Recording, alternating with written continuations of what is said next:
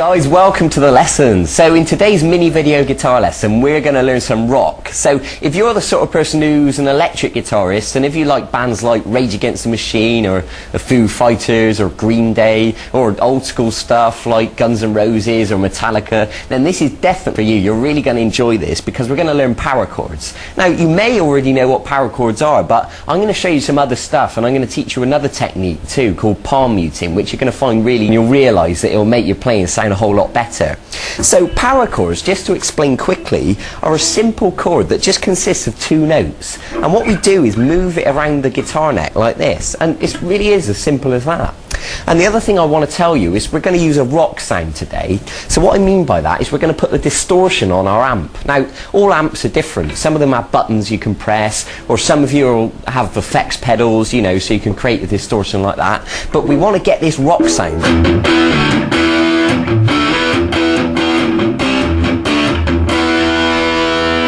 Now that was a little example of power chords, and you can see that I was just moving this shape around.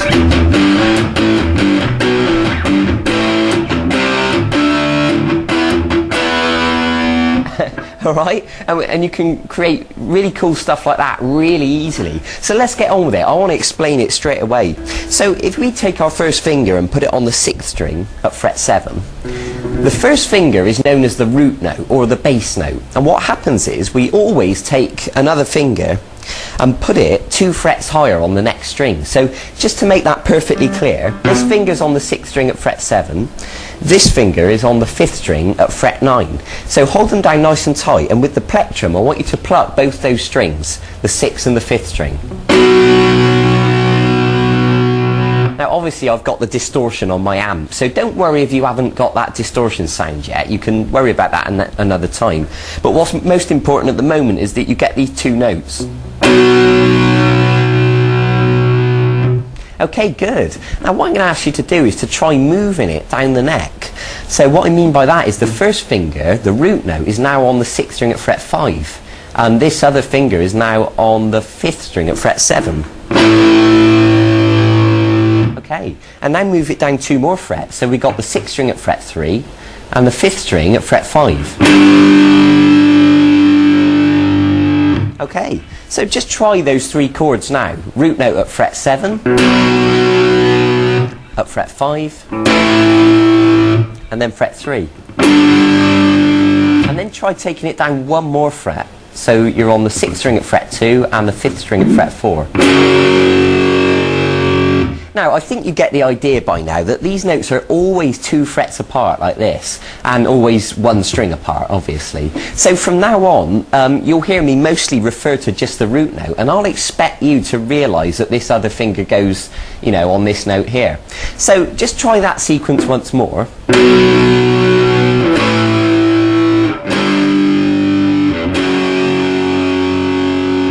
Okay, good. Now another thing you can try is to pluck 4 times on each chord, and you'll hear that that'll make it sound a bit more interesting.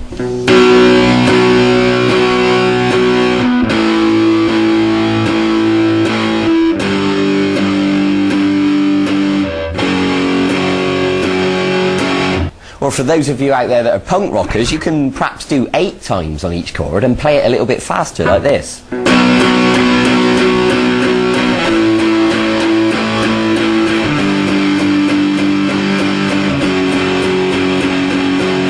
Okay, I think you get the idea. Good. So obviously you can experiment with that. You can change the number of repetitions that you pluck, and you can also move around to different chord shapes and, you know, start to make up your own songs and make up your own chord sequences.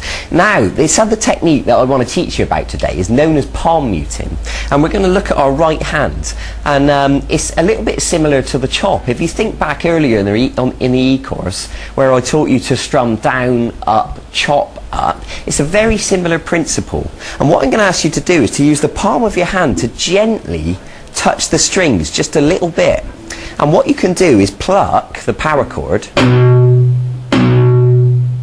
and you can hear that it's muted the sound, it's deadened it, okay? Because if we weren't touching the strings at all, it would sound like this.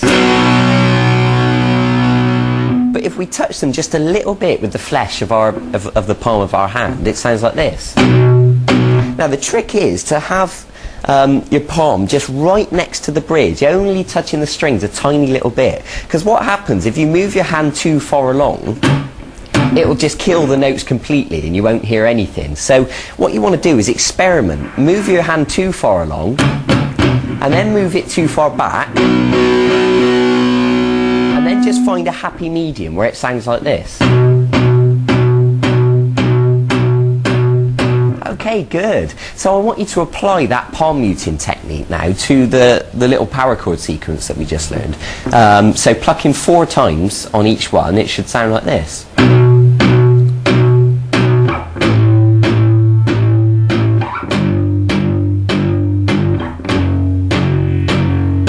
So if I speed that up to a full, you know, punk rock speed,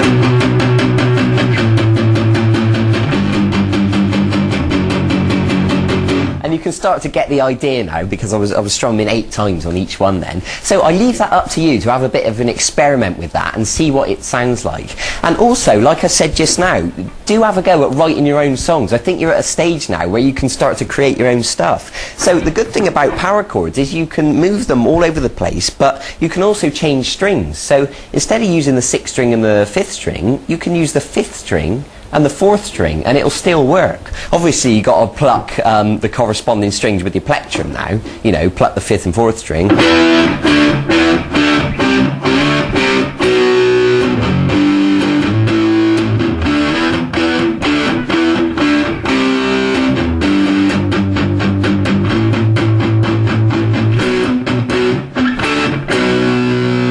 And I was actually just making that up then as I went along, and you can do exactly the same. It really is that simple.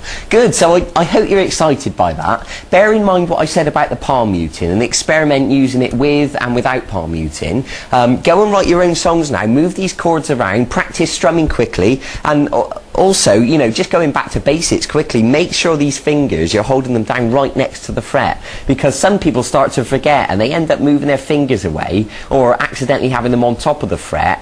That's really no good. Make sure they're right next to the fret, exactly where they should be. So well done for making it this far in the e-course. And also, in the meantime, if you find this really easy and you want to learn other songs, you know, if you like Guns N' Roses, Metallica, Green Day, Rage Against the Machine, anything like that, there's loads of songs on the archive where I'll teach you a full-length video guitar lesson of how to play any of those songs you want to learn. So go and check it out, see if there's anything that really takes your fancy, and you can start to build up a repertoire of stuff, you know, so you can either play with a band or you can play to other people, you know, at a party or something. So go and get on with it, go and get practicing, take your time, be patient, do it thoroughly, it'll all be worth it in the end, I promise you that. Okay, I'll see you in a few days for the next segment in this course. Bye bye.